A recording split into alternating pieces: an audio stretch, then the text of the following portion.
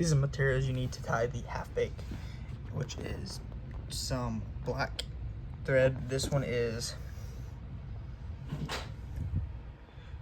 113D 6W black thread. And in this video I did a size 14 tri-fly hook, some poly yarn, some Peacock, some elk hair, and then some green UV dubbing. And then of course the tools you need is scissors and your wet finish. Hey guys, welcome back to another video. In today's video we're tying the half-bake caddis emerger pattern. The caddis are of course one of the, just the fly I recommend everyone has. I have a lot of elk hair caddies, and I do only have one corn-fed caddis.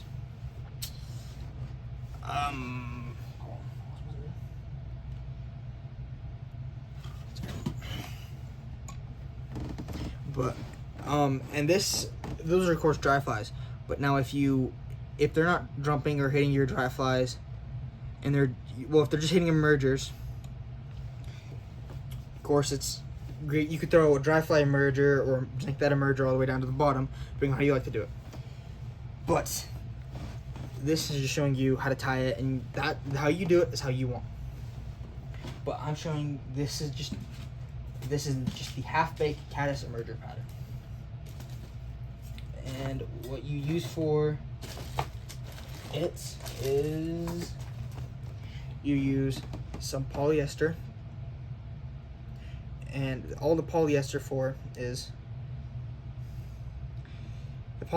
just for like the back feather on it.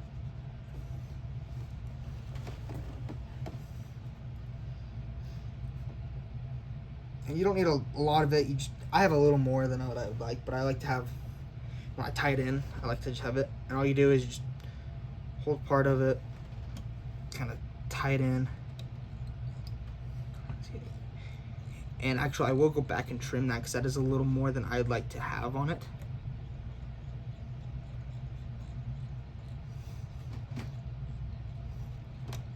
But you just make sure you have that wrapped nice and secure on your hook.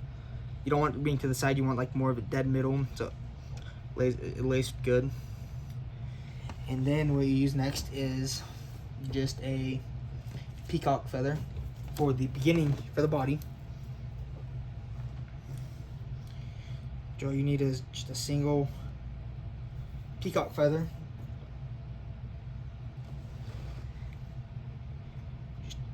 Tie this in going backwards. I always like to go like tie them in, like go backwards and then go forward again.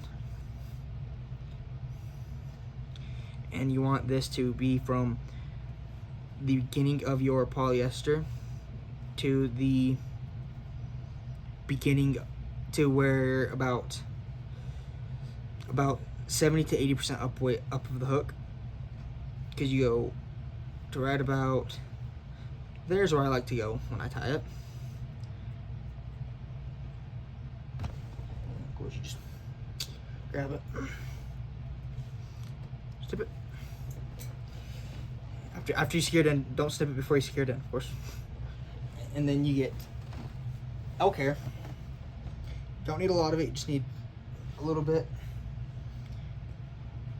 Top of the elk hair is always better than the bottom because it has a little more color to it. And you just have like barely any.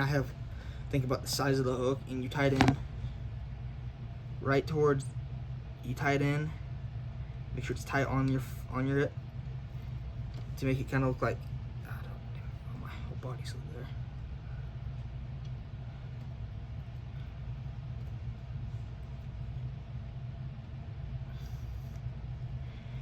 Which it's kind of like that. And actually I do like to have it where I pull that up a little bit and then wrap around my fly, around the top of it, to make it kind of look like, to make it stand up a little better, and then just kind of go back and then secure it the rest of the way.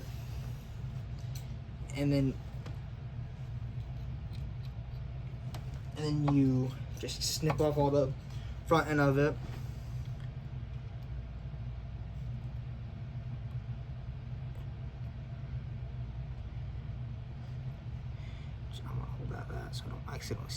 after I'd done that once or twice.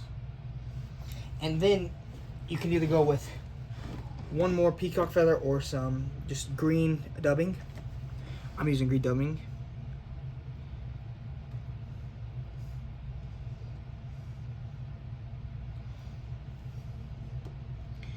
And then you kind of cover the front of the fly. And that's not the best one ever. Actually, since I said I was gonna go back and snip I'm gonna trim them up a little bit. Trim everything up. So I'm just gonna do it all in one. Not there is the half bake. Of course, you whip finish or finish your fly however you do it. I whip finish.